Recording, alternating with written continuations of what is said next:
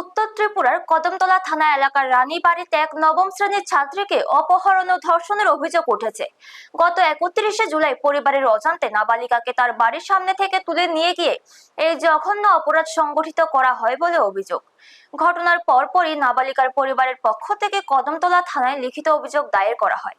পরিবারের দায়ের করা অভিযোগে 7 সংখ্যক গ্রাম পঞ্চায়েতের খুলিডট 4 নং ওয়ার্ড এলাকার বাসিন্দা 45 বছর বয়সী রবীন্দ্র মুন্ডাকে মূল অভিযুক্ত হিসেবে চিহ্নিত করা হয়েছে।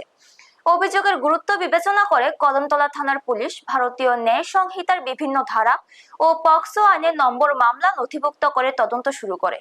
পরবর্তীতে গোপন সূত্রের খবর পেয়ে গতকাল রাতে অভিযান চালিয়ে পুলিশ অভিযুক্ত রবীন্দ্র মুন্ডাকে গ্রেফতার করতে সক্ষম হয়।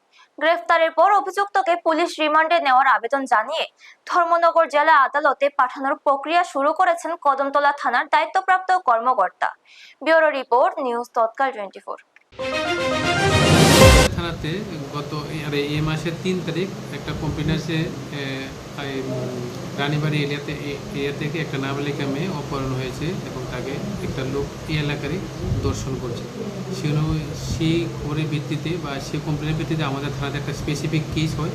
এই কেস হওয়ার পরে আমরা আমাদের দুইটা টিম আমরা এখানে নিয়োগ করি। টিম নিয়োগ করার পরে আমরা যে নাবালিকা মেয়েটাকে আমরা উদ্ধার করার পরে ওর যে মেডিকেলগুলো আমরা ব্যবস্থা করি এবং আজকে আমরা গোপন সংবাদের ভিত্তিতে এবং আমাদের এই টিমের অক্লান্ত পরিশ্রমে আজকে আমরা যে মূল আসামি তাকে আমরা অ্যারেস্ট করতে সক্ষম হয়েছি এবং আগামীকালকে ওকে মাননীয় আদালতে প্রেরণ করি।